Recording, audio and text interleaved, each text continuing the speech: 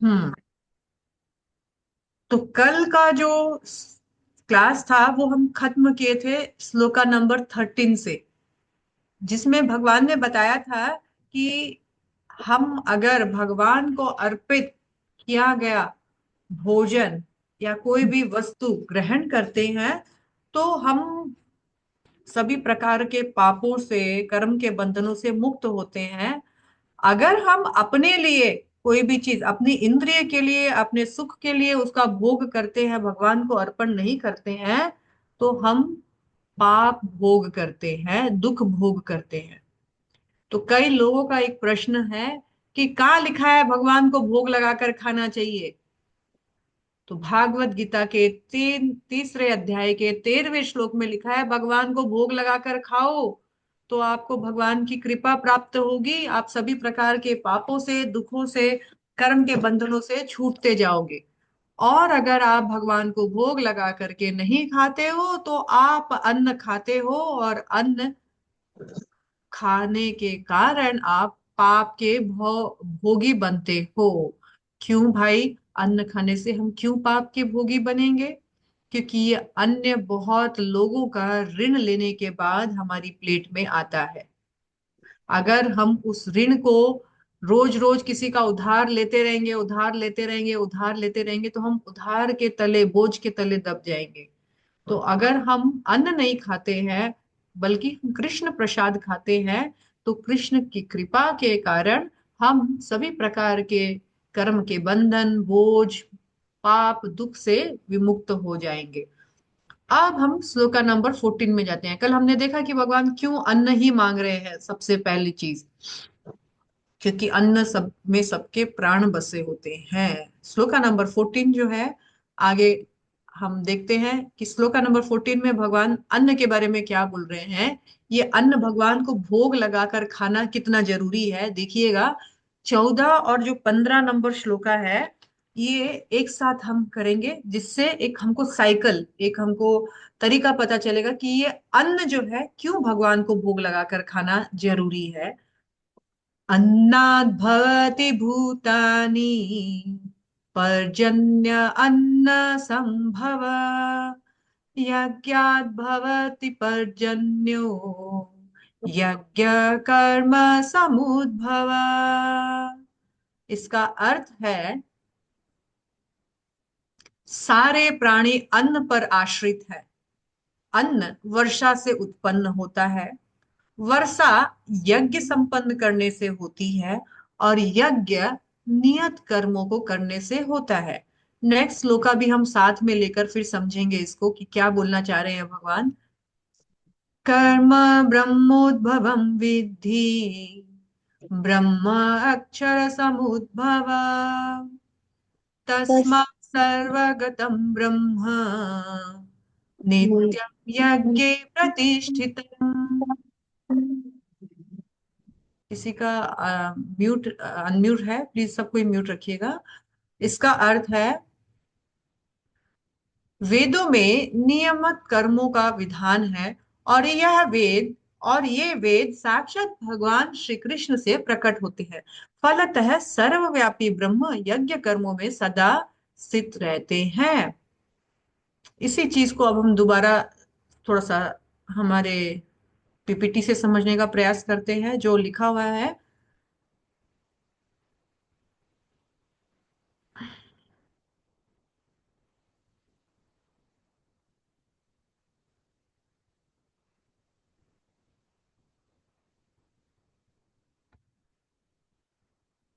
ये देखिएगा, एक यज्ञ चक्र है। इस चक्र को समझना बहुत बहुत इंपॉर्टेंट है, और हम अगर इसको समझेंगे तो हमें श्रद्धा भी आएगी कि गीता में कितना लॉजिकली भगवान ने सब कुछ समझाया है। देखिए, सबसे पहला श्लोका जो हमने पढ़ा था वो है 14 नंबर श्लोका। आपके पास बुक है तो बुक फॉलो करते जाइएगा। भगवत गीता श्लोका में लिखा है अन्नात् भवति भूतानि, यानी ये देखिए, सारे सारे जो लोग हैं, जितने भी जीव हैं, प्राणी हैं, सब डिपेंड करते हैं अन्न पे। अन्नात् भवन्ति भूतानि, यानी जितने भी लोग, जितने भी जीव हैं, वो सारे जीव अन्न पर निर्भर रहते हैं। और ये अन्न जो है वर्षा होने से उत्पन्न होता है। अगर बारिश नहीं आए तो खेत में अन्न कैसे हो? अन्न नहीं होगा तो जीव खाएंगे कैसे, और जीव खाएंगे नहीं तो जिएंगे कैसे? इसलिए जीवित रहने के लिए, सभी जीवों के जीवित रहने के लिए, सभी जीव जो है अन्न पे निर्भर है। अन्न वर्षा पर निर्भर है। और वर्षा धर्म, धार्मिक कर्म, यज्ञ आदि पर निर्भर है। जब समाज में धर्म, यज्ञ आदि सुंदर रूप से चलते रहते हैं तो इंद्रदेव प्रसन्न होकर वर्षा देते हैं। वर्षा से फिर हमें अन्न मिलता है, अन्न से जीव जीवित रहता है। ये वेदों में अच्छे कर्म या यज्ञ कर्म बताया जाता है। यानी यज्ञ कर्म जो है वेदों में नियमित है। वेदों से पता चलता है क्या सही है, क्या करना चाहिए, जिससे इंद्रदेव प्रसन्न होते हैं, वर्षा देते हैं, वर्षा से अन्न मिलता है, अन्न से जीव जीवित रहता है। यानी हमारे जो अच्छे कर्म है, यज्ञ कर्म, वो वेदों में बताया गया है। हमारे नियमित कर्मों पे बताया गया है। नियमित कर्म हमारे वेदों में बताया गया है। वेद साक्षात भगवान की वाणी है, भगवान के श्वासों से आते हैं। यहाँ पर और एक साइकिल है, देखिए, सेम यही बात बता रहे हैं। सारे जीव अन्न पर निर्भर है, अन्न वर्षा पे निर्भर है, वर्षा जो है अच्छे कर्मों पे निर्भर है, अच्छे कर्म हमारे नियत कर्मों पे डिपेंड है, नियत कर्म हमें वेद बताते हैं, वेद भगवान के श्रीमुख से आते हैं। यानी भगवान वेद देते हैं, वेदों से हमें हमारी ड्यूटी पता चलती है, ड्यूटी से हम अच्छे कर्म करते हैं, अच्छे कर्मों की वजह से वर्षा आती है, वर्षा के कारण हमें अन्न उत्पन्न होता है और अन्न खाकर सारे जीव प्रसन्न रहते हैं। यानी भगवान, पिछली स्लाइड को फिर हम लेते हैं। पर्पस ऑफ ह्यूमन लाइफ क्या है? उन भगवान को प्रसन्न करना। उन भगवान को प्रसन्न करेंगे तो भगवान के द्वारा दी गई सारी चीजों का हम आभार व्यक्त कर सकेंगे। और भगवान को प्रसन्न करने के लिए भक्ति एकमात्र साधन है। कलयुग में भक्ति, जैसा कि कल हमने देखा, युग धर्म है हरि नाम संकीर्तन, भगवान के पवित्र नाम। हरे कृष्ण कृष्ण कृष्ण हरे हरे, हरे राम राम राम हरे हरे। कलयुग केवल नाम अधारा, सुमिर सुमिर नर उतर ही पारा। इस महामंत्र से हम भगवान को प्रसन्न कर सकते हैं और भगवान का आभार व्यक्त कर सकते हैं। तो इसीलिए यहाँ पर भगवान ने बोला कि एक्चुअली मैं ही आपको अन्न प्रदान करता हूं। उस अन्न को जब आप मुझे अर्पण करते हैं तो ये आप आभार व्यक्त करते हैं। तेरा तुझको अर्पण क्या लागे मेरा। और इस तरह से आप अपनी सबसे प्रिय वस्तु जब मुझे समर्पण करते हैं तो मेरी कृपा से आप समस्त प्रकार के पापों से मुक्त हो जाते हैं, भाव बंधन से छूटने के अधिकारी हो जाते हैं। This is the science why we should offer our food to lord. When we offer our food to lord, जब हम अपना भोजन भगवान को अर्पण करते हैं, वो कर्म फ्री भोजन हो जाता है, रिएक्शन फ्री भोजन हो जाता है। अब वो प्रसाद यानी भगवान की कृपा बन जाता है।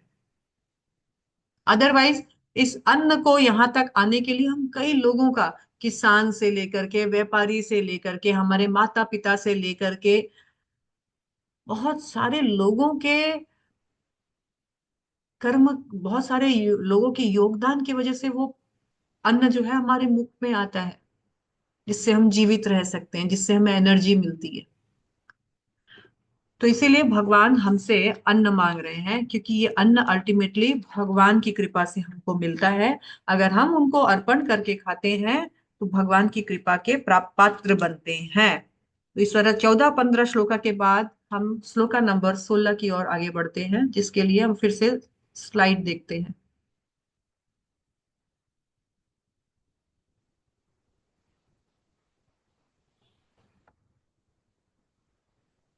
श्लोका नंबर 16 इस प्रकार से है।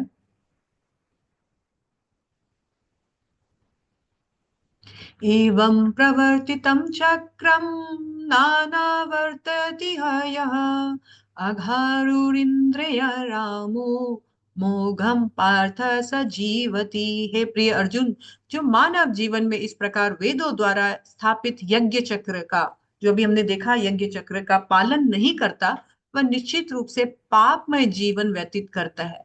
ऐसा व्यक्ति केवल अपनी इंद्रियों का, यानी सेंसेस, आंख नाक कान जीवा त्वचा की तुष्टि के लिए व्यर्थ ही जीवित रहता है। व्यर्थ ही, उसके सारे परिश्रम सारी मेहनत व्यर्थ हो जाती है। गधा खटनी श्रम एव ही केवलम। इस श्लोका में भगवान कठोर परिश्रम करो और इंद्र तृप्ति का आनंद लो इस सांसारिक विचारधारा का तिरस्कार करते हैं। लोगों का कहना है, अभी कलयुग के लोगों का कहना है, खूब मेहनत करो, मौज मस्ती करो और अपने लाइफ को एंजॉय करो। लाइफ को एंजॉय करने के लिए आपको थोड़ा सा कष्ट भोग करना पड़ेगा, मेहनत करो और फिर अपना शरीर को सुख दो। भगवान इस विचारधारा का यहाँ तिरस्कार कर रहे हैं। भगवान बोल रहे हैं, इस संसार में हम भोग करने के लिए नहीं आए थे, इस संसार में हम योग करने के लिए आए थे। भगवान से अपना खोया हुआ संबंध पुनः स्थापित करने आए थे। ये कृष्ण भक्ति हमारे लिए कोई नई चीज नहीं है जिसको हमको यहाँ पर लाना है, बाहर से लाना है। ये हमारे हृदय में ही है, लेकिन अभी डोरमेंट अवस्था में है, सुप्त अवस्था में है। केवल अपना भूला हुआ संबंध पुनः स्थापना करने के लिए हम इस संसार में आए थे, लेकिन मौज मस्ती इंद्र तृप्ति के चक्कर में हम अपना जीवन वेस्ट कर देते हैं। फिर से पुनरअपि आना और पुनरअपि जाना, इस चक्र में हम फंस जाते हैं। 17 नंबर श्लोका में भगवान बता रहे हैं, यस्तात्मरेन्द्रियैरेव यस्तात्मा तृप्त च मानव आत्मन्येव च संतुष्टस्य तस्य कार्यम न विद्यते। किंतु जो व्यक्ति आत्मा में ही आनंद लेता है और जिसका जीवन आत्म साक्षात्कार युक्त है और जो अपने में पूर्णतः संतुष्ट रहता है, उसके लिए कुछ करनीय कर्तव्य नहीं है। यहाँ एक बहुत इंपॉर्टेंट वर्ड इंट्रोड्यूस हुआ है, आत्म साक्षात्कार। आत्म साक्षात्कार मतलब होता है, आत्म मतलब खुद, साक्षात मतलब खुद को बेटर वे में हम जब देखते हैं, यानी खुद को पहचानना। जब हम खुद को सही रूप में पहचानने लगते हैं, तो हम अपने ही अंदर से एक विशेष रूप का संतोष जो है उसका अनुभव करने लगते हैं। उसके लिए हमारे ऐसे व्यक्ति के लिए इस संसार में कुछ भी करने के लिए वो बाउंड नहीं है, जब वो अपने अंदर से संतोष महसूस करने लगता है। मैं एक कहानी सुनाती हूँ। आप सब परफ्यूम्स के बारे में जानते होंगे, सेंट, जो हम लोग सेंट लगाते हैं, वो उन सेंट में मस्क मेलन सेंट जो है वो बहुत एक्सपेंसिव होता है और बहुत अच्छा होता है। कस्तूरी जिसको बोलते हैं हम लोग, कस्तूरी का जो इत्र है वो बहुत फेमस है और बहुत एक्सपेंसिव है। आपको मालूम है ये कस्तूरी का सेंट कहाँ से आता है? तो ये एक हिरण के अंदर से आता है, हिरण के अंदर से निकलता है। ये हिरण क्या होता है, हिरण के शरीर में ही समय समय पर ये मस्क उत्पन्न होता है, उसके उसके अंदर, बॉडी के अंदर। और क्योंकि ये इतना सेंटेड होता है कि इसका सेंट हिरण को भी अंदर से आता है। और हिरण सोचता है कहाँ से इतनी सुंदर सेंट आ रही है, इतनी आकर्षक, इतनी मनमोहक सेंट कहाँ से आ रहा है, कहाँ से आ रहा है। हिरण इधर उधर चहो और घूमने लगता है, ढूंढने लगता है कि ये सेंट कहाँ से आ रहा है, कहाँ से आ रहा है। और ढूंढते ढूंढते घूमते घूमते हिरन परेशान होता है कि ओह, ये सैंड तो बढ़ती जा रही है, बढ़ती जा रही है, लेकिन मिल क्यों नहीं रहा है। भागते भागते भागते भागते वो जो उसके अंदर जो वो जो कस्तूरी होती है हिरण के अंदर, वो कस्तूरी का गर्भपात हो जाता है। मतलब उस हिरण के अंदर से वो कस्तूरी जो है बाहर निकल जाती है, गिर जाती है। और थोड़ी देर बाद में उस हिरण को गंध आना बंद हो जाता है। लेकिन वो कस्तूरी जो है वो शिकारी उठा करके ले जाते हैं और उसको बाजार में बहुत रेट में सेंट बनाकर बेचते हैं। अब हिरण को लगता है, वो शायद मेरा भ्रम था, इस संसार में ऐसा सेंट नाम का कोई चीज नहीं होता है। ये हिरण और कोई नहीं, हम सबकी कहानी है। हम सबको हमेशा लगता है कि मेरे अंदर में सुख होना चाहिए, मेरे अंदर में सुख होना चाहिए। और उस सुख के, एक्चुअली सुख हमारे अंदर ही है, लेकिन उस सुख की तलाश में हम इधर उधर भागते हैं, उस शांति की तलाश में हम इधर उधर भागते हैं। कभी हमको लगता है शॉपिंग में शांति है, शॉपिंग करेंगे तो हम खुश हो जाएंगे, कभी लगता है फ्रेंडशिप करेंगे तो खुश हो जाएंगे, कभी करते हैं समाज सेवा करेंगे तो हम खुश हो जाएंगे। खुश होने के लिए हम बहुत हाथ पांव मारते हैं, जैसे वो हिरण उस सेंट को लेने के लिए बहुत हाथ पांव मारता है। लेकिन भागते भागते भागते भागते हम फ्रस्ट्रेटेड हो जाते हैं और लगता है इस संसार में सुख नाम का कोई चीज ही नहीं है, संतोष नाम की कोई चीज ही नहीं है। और जैसे वो हिरण हिरण सोचता है कि ना ना अब वो सेंट आना बंद हो गया है, अब वो सेंट मेरा भ्रम था, वैसे ही हम सोचते हैं ये संसार में सुख भ्रम है, संसार में कुछ भी कहीं भी सुख नहीं है। क्योंकि हम उसको अपने ही अंदर था, लेकिन हम उसको बाहर ढूंढ रहे हैं।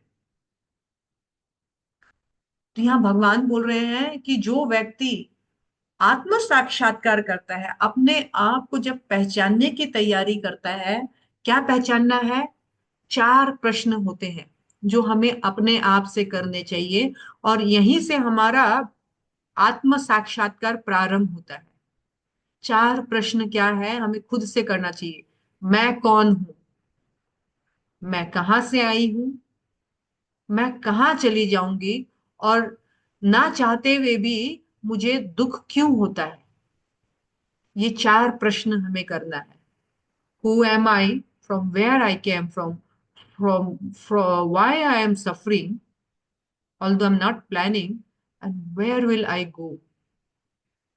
ये चार प्रश्न अगर मैं पूछूं आपसे, मान लीजिए मेरे स्क्रीन में आप लोग यहाँ मेरी स्क्रीन पे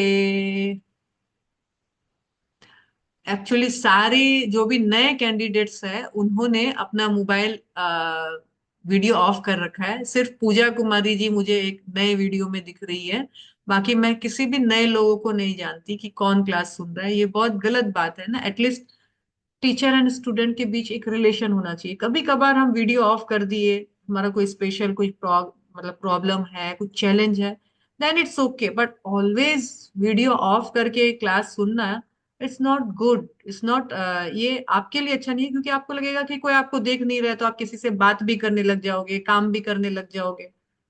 अगर हमको सिंसियरली सुनना है तो हमें नजरों में रहना बहुत जरूरी है। क्योंकि पूजा कुमारी जी ही मेरे सामने अभी है, तो मैं इनसे ही पूछती हूँ, अगर आपसे पूछा जाए आप कौन हो, तो आप क्या बोलोगे पूजा भी? जैसे शरीर है तो शरीर में जिसकी पत्नी हो वो, या फिर उनकी मम्मी हो, या मम्मी पापा की जैसे बेटी हो तो वो। अब हाँ, मान लीजिए जिससे आपका ज्यादा आंसर कुछ होगा मैं नहीं। एक लड़की हूँ, मेरा नाम पूजा कुमारी है, मैं मिस्टर सो एंड सो की वाइफ हूँ, मिस्टर सो एंड सो की बेटी हूँ, तो सो एंड सो की बहू हूँ, है ना। तो हाँ वही, आप अपने शरीर के साथ जो भी पहचान है, मैं रिश्तेदार है उनके। लिखते हैं। फिर दूसरा प्रश्न है आप कहाँ से आई हो? मतलब इस जीवन में, इस संसार में पूजा कुमारी के रूप में आने से पहले आप कहाँ से आई हो? आप कहाँ थी? कहाँ थी तो ये तो पता नहीं है, पर पता नहीं। Very good. किसी को पता नहीं है। हाँ। और पूजा कुमारी का जब जीवन समाप्त हो जाएगा तो आप कहाँ चली जाओगी? कुछ पता नहीं। उसका भी कुछ पता नहीं है। पूजा कुमारी कभी भी प्रयास नहीं करती कि उसके जीवन में दुख आए, कष्ट आए, रोग आए। फिर भी वो क्यों तकलीफ पाती है? वो कभी प्लान नहीं करती है, वो हमेशा चाहती है ये सब चीजें से वो दूर रहे। लेकिन ना चाहते हुए भी पूजा कुमारी के जीवन में ये दुख, कष्ट, ये रोग, ये मानसिक यातना क्यों आती है? सच बताओ माता जी, तो आज तक कोई दुख था ही नहीं मुझे, बस एक ही हुआ है कुछ दिन पहले जो बताई थी बेटी के बारे में। नहीं तो पता ही नहीं था क्या होता है दुख, क्या होता है तकलीफ। क्या जो बीमारी, मांगा था जब सब बीमारी चीज होती है मिला तो, मुझे। जब बीमारी होती है तो हमें तकलीफ नहीं होती है? शारीरिक कष्ट, मानसिक कष्ट। नहीं, भगवान की कृपा से ज्यादातर बीमार भी नहीं पड़ी हूँ, तो तो घर वही पर ना। कोई और बीमार पड़े हो जिसका दुख आपको देखा नहीं टेंशन ही नहीं रहती है मुझे, किसी बात की कोई जाता? टेंशन नहीं। तो सब free mind. You are very perfect soul जो भक्ति कर सके। अगर ऐसा हो जाए कि मुझे किसी का कोई कोई दुख दर्द का कोई कोई टेंशन ही चिंता नहीं ही नहीं रहती है। रहता है तो बहुत बता अच्छा है। देने से थोड़ी देर के लिए रहा फिर भूल गई। हम्म। अपने काम में मस्त रहो। ऐसे लोग भक्ति करने के लिए एकदम परफेक्ट कैंडिडेट होते हैं। आप आगे बढ़िए। तो कहा गया है कि मैं ना चाहते हुए भी क्यों मुझे कष्ट आते हैं। जैसे आपके जीवन में कुछ भी एक कष्ट आया, आप नहीं चाहते थे, आप रोकना चाहते थे पर भी नहीं रोक पाए। तो वैसे ही ये चार प्रश्न हमें सभी को अपने जीवन में करना चाहिए। मैं कौन हूँ, मैं कहाँ से आई हूँ, मैं ना चाहते हुए भी मैं क्यों कष्ट पा रही हूँ, और फिर सब कुछ हो जाने के बाद मैं कहाँ चली जाऊंगी, है ना। मैं कहाँ जाऊंगी, ये चार प्रश्न के जब उत्तर हमें मिलते हैं, वहां से हमारा आत्म साक्षात्कार, खुद को जानने का पद्धति स्टार्ट होता है। तो भागवत गीता हमें पहले प्रश्न का उत्तर देती है। हमारा पहला प्रश्न क्या था? मैं कौन हूँ। भागवत मैम, गीता मैं में आपसे कुछ भगवान ने। कहना चाह रही थी। Hello ma'am. हाँ जी, प्लीज बोलिए। हाँ।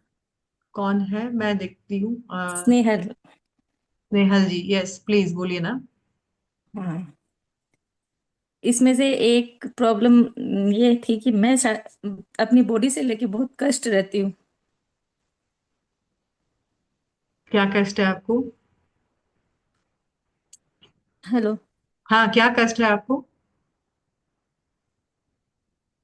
कुछ कुछ चलते रहता है मैम। अच्छा, कुछ ना कुछ रोग, कुछ कुछ प्रॉब्लम्स आती रहती है हाँ, ना कभी कुछ लाइफ प्रॉब्लम, में। कभी कुछ। ये सिर्फ आप ही नहीं हो स्नेहल जी। ऐसा ऐसा कष्ट सिर्फ आपको ही नहीं हो रहा है। यहाँ हर दूसरा आदमी कम और बेसी, शायद आपकी मात्रा परिमाण ज्यादा हो कष्ट का और किसी का परिमाण कम हो, लेकिन इस संसार में कोई तन दुखी, कोई मन दुखी, कोई धन दुखी, ये तीन प्रकार का दुख तो सबको ही सताएगा। किसी को शारीरिक कष्ट है, किसी को आर्थिक कष्ट है, किसी को मानसिक कष्ट है। इसीलिए आप ऐसा मत सोचिए कि आपको ही एक्सक्लूसिवली है। सभी है, हम सभी एक ही नाव में सवार है, बस हो सकता है कम और ज्यादा। ये शरीर क्या है पता है? व्याधियों का घर। व्याधि मतलब कष्ट देगा ही। ये शरीर कष्ट देगा ही देगा, देता ही देता है। कोई मच्छर काट दिया तो कष्ट, खुजली आ रही है। कोई कुछ बोल दिया तो मन को कष्ट हो जाएगा। कहीं हम गिर गए तो कष्ट हो गया। आज खाना अपने मन पसंद का नहीं हुआ तो एक कष्ट हो गया। रोग हो गया तो एक कष्ट हो गया। इस शरीर से जुड़े हुए व्यक्ति को कुछ हो गया तो कष्ट हो गया। इसीलिए आप इसको, ये बहुत बड़ा कष्ट नहीं है। बहुत बहुत बड़ा कष्ट तो ये है कि वापस एक शरीर और नहीं मिल जाए। इस जीवन में तो हम चलो, जो भी कष्ट मिल रहा है तो भगवान ने हमें सगे संबंधी भाई बंधु भेजे हैं कि हम किसी को बोल करके, किसी का सहायता लेकर के अपने कष्ट को थोड़ा कम करते हैं। लेकिन फिर और एक शरीर नया बनाने की तैयारी जो हम कर रहे हैं, वो बड़ा भयानक कष्ट है। अब की बार इस शरीर से ऐसा कुछ तैयारी करें कि और शरीर लेना ही ना पड़े। समझ में आ रहा है स्नेहल जी? जी। हमें ये शरीर का कष्ट सबको ही मिल रहा है, कम और बेसी। किसी को पहले मिलता है, किसी को बाद में मिलता है। लेकिन अब इस कष्ट से मेरे को हमेशा के लिए छुटकारा मिले, उसकी क्या तैयारी करूं कि वापस ना तो शरीर लेना पड़े, ना ही शरीर से कुछ व्याधि आए। इसकी तैयारी है, इस शरीर का एक एक अंग भगवान की सेवा में लगा दीजिए। आंखों से भगवान का दर्शन, भगवान के भक्तों का दर्शन, भगवान के शास्त्रों का दर्शन, कानों से भगवान के बारे में सुनना, भगवान के भक्तों के बारे में सुनना, हाथों से भगवान की, ठाकुर जी की सेवा करना, पाँव से भगवान के मंदिर या तीर्थ आदि में जाकर के पाँव को लगाना। ये वास्तविक हमारा इस शरीर का उपयोग होगा। और फिर इसी उपयोग से हम वापस कभी ये दुखदायक शरीर ना लेने का तैयारी कर पाएंगे। हाँ, तो फिर। माता जी, हरे कृष्णा। एक प्रश्न है यहाँ पे। दो प्रश्न कीजिए। ऐसा है कि जैसे शरीर का जो कष्ट होता है, अभी नहीं है, लेकिन जैसे कुछ कुछ ऐसी चीजें होती है जिससे लगता है कि शरीर को इससे कष्ट होगा ना, तो वो काम करने से भी डरती हूँ, मैं डरती हूँ। जैसे कभी कभी ऐसा होता है कि अब मान लीजिए कि व्रत ही करना है, मान हम्म। लीजिए कि 9 दिन हम्म। का व्रत करना है। तो हम्म। जैसे कि अगर मैं कभी कभी मैं ऐसा करती हूँ कि 9 दिन या जैसे बिना नमक का या फ्रूट्स पे खाऊं, तो थोड़ी दिक्कत तो होती है। तो हम्म। उस चीज को अवॉइड करने के लिए कभी कहते हैं, कभी ऐसा भी सोच लेते हैं कि छोड़ो छोड़ो, आज एक टाइम तो खा लेते हैं, थोड़ा तो हो जाएगा। तो ये हम्म। शरीर को कष्ट होगा, इससे थोड़ा डर तो लगता है, ये डर निकलना चाहिए ऐसा ये लगता है आपके लिए मुझे। नहीं, ये भी सबके लिए है, ये भी कॉमन है, कोई भी अपने शरीर को कष्ट नहीं देना चाहता है। लेकिन हाँ। मैं बता दूं, हम जब, इसमें तीन चीज है। पहला है स्वे इच्छा। ठीक है। जब हम अपनी स्वे इच्छा से भगवान को प्रसन्न करने के लिए कुछ शारीरिक कष्ट लेते हैं, उसे ही तपस्या कहते हैं। तीन चीज है। तपस्या कब कहलाएगी? शरीर को तो कष्ट होगा थोड़ा, लेकिन स्वे इच्छा से ठाकुर जी को प्रसन्न करने के उद्देश्य से। तो ये जो कष्ट, जिसको हम कष्ट बोलते हैं, ये तपस्या कहलाएगी। और तपस्या भगवान का हृदय है। भगवान तपस्या से बहुत प्रसन्न रहते हैं। लेकिन दो चीज उठानी पड़ेगी। शारीरिक शरीर तो माता जी आज दो या कल दो कष्ट देगा ही। शरीर को बोलते हैं व्याधि का घर। इसीलिए वो कष्ट तो देगा ही। लेकिन मैं अगर स्वे इच्छा से भगवान को प्रसन्न करने के लिए इसे कष्ट दे दूं, तो तपस्या कहलाएगी, जिससे ठाकुर जी प्रसन्न होंगे। तो ठीक है, हम एक टाइम खाना खाते हैं, मान लीजिए 3 टाइम खाना खाते हैं, लेकिन आज हमने कुछ तपस्या के रूप में शरीर को थोड़ा कष्ट दिया, तो उसमें दो चीज और इंक्लूड हो जाए ना, स्वे इच्छा और ठाकुर जी की प्रसन्नता के लिए, तो उसका भी फल मिलेगा। और ये फल 1000 टाइम्स बेटर रिजल्ट देगा आपको। एक्चुअली ये शरीर, शरीर भगवान ने दिया था कष्ट करने के लिए, कष्ट लेने के लिए। पर इस शरीर को हमने आराम, इंद्रिय भोग, इंद्रिय तृप्ति में लगा दिया। इसीलिए अब मन क्या हो गया, थोड़ा सा बदमाश हो गया। अब वो स्वेच्छा से कष्ट लेना नहीं चाहता है। तो मन, आप जैसे कष्ट देना चाहते हो तो मन बोलता है ना ना, बिल्कुल नहीं।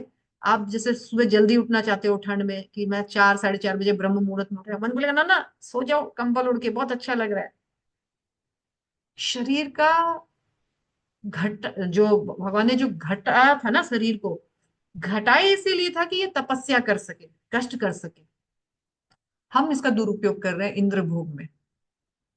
इसीलिए हमेशा याद रखना चाहिए कि जितना खटेंगे, जितना कष्ट करेंगे, उतना ही ये शरीर और ज्यादा एक्सपर्टली चलेगा, अच्छे से चलेगा। लेकिन उसमें दो चीज अगर हम मिला दें, स्वे इच्छा और ठाकुर जी की प्रसन्नता, तब उसका रिजल्ट भक्ति में आएगा। जैसे मैं इसका दो बताती हूँ। एक कहावत आपने सुनी है, early to bed early to rise. Early to bed मतलब मौज मस्ती को छोड़ो और टाइम से सो जाओ। अर्ली टू बेड मतलब मौज मस्ती को छोड़ो और जल्दी से उठकर अपने रेगुलर काम में लग जाओ। लेकिन हम क्या करते हैं, लेट तक सोते हैं। घूम लिया, फिर लिया, आराम से खाएंगे, टीवी देखेंगे, बातचीत करेंगे, थोड़ा मोबाइल मचकाएंगे, फिर हम सोएंगे। और फिर हम क्या करते हैं, लेट तक उठते हैं। तो कैसे, थोड़ा सा उड़ गया, नींद नींद टूट गई, फिर आंख मिच लिया, फिर ख्वाब में चले गए, फिर थोड़ा सा सो गए, फिर उठ गए। जबकि early to bed early to rise तपस्या का एक रिजल्ट था, कि जब सब कोई उल्टे पुल्टे काम में लगे हैं, आप अपने बिस्तर में अपने शरीर को आराम दे रहे हो, और सुबह तक आपका शरीर तरोताजा हो जाएगा, फिर से खटने के लिए तैयार हो जाएगा। लेकिन सोने का, आराम देने का पर्पस क्या था, फिर से खटना। यानी शरीर का काम है खटना, हम उसको आराम दे रहे हैं। इसीलिए शरीर में क्या हो जाता है, जंग लग जाता है, बीमारियां बढ़ जाती है। जितना कम खाओगे उतना ज्यादा जियोगे। जितना अधिक कष्ट करोगे, मतलब प्रयास प्रयत्न करोगे, मेहनत करोगे, उतना ज्यादा जियोगे। यू नो, स्वे इच्छा से इन तपस्याओं को लेना है, लेकिन पर्पस होना चाहिए ठाकुर जी की प्रसन्नता। तो ये कष्ट तपस्या कहलाएंगे। समझ में आया अनीता जी? देना जी है माता शरीर, जी। शरीर को। मतलब इच्छा तो, मैं बताती हूँ, इच्छा तो बहुत होती है, सोचते भी है कि जैसे कल से 4 बजे उठेंगे, हाँ, लेकिन वो 5 साढ़े 5 वो बज ही जाता है, पता नहीं वो आलस बोले या नहीं, ये मन ऐसी है, एक जो ये मन। बर्निंग डिजायर होती है, वो बर्निंग डिजायर नहीं आती कि हम 4 बजे उठ के पहले वो करें, मतलब। क्योंकि तो आपको उससे कभी कभी इम्पोर्टेंस थोड़ा मालूम नहीं फ्रस्ट्रेशन है आता ना, क्योंकि इम्पोर्टेंस मालूम नहीं है। जैसे मालूम है, यहाँ आ गया है, पर यहाँ नहीं आया है, दिल में नहीं आया है ना। कि आप ये सोचिए, मैं एकदम छोटा सा एग्जांपल देती हूँ अनीता जी। जैसे अभी सोने और उठने के ऊपर ही बात चल रही है, तो मैं उसी का एग्जांपल देती हूँ। ब्रह्म मुहूर्त का हमको सबको फायदा मालूम है। ब्रह्म मुहूर्त में उठना कितना इम्पोर्टेंट है। दो इम्पोर्टेंट है, दो एस्पेक्ट से आप सोच के देखिएगा। जो पूरे विश्व के राजा और रानी हैं, कृष्ण और राधा रानी, वो स्वयं मुहूर्त में उठ जाते हैं। अब हम कौन है? उनके दास। आप लोगों के घर पे भी शायद कोई ना कोई ऐसा सर्वेंट होता होगा, या है, या कभी रहा होगा। आप सपोज करो, आप उस घर के राजा और रानी हो, और आपका सर्वेंट आपसे पहले उठ करके आपकी सेवा के लिए खड़ा हो, तो आप ज्यादा प्रसन्न होते हैं कि आप उठने के बाद वो उठे और फिर आराम से आएगा, नहाएगा, धोएगा, तब तक आप वेट करोगे कि भैया ये कब मेरी सेवा में लगे? कौन सा सेवक आपको ज्यादा पसंद आएगा? ऑब्वियसली जो आपसे पहले उठ करके आपकी सेवा के लिए हाजिर हो।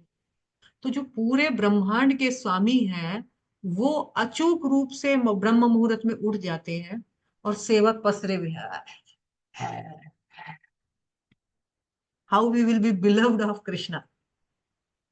दूसरी बात, अगर हम भक्ति नहीं भी कर रहे हैं, लॉजिकली ऐसे ही समझ रहे हैं, तो जब भी सूर्य उदय होता है, अपने साथ सूर्य बहुत सारा एनर्जी लेकर उदय होता है।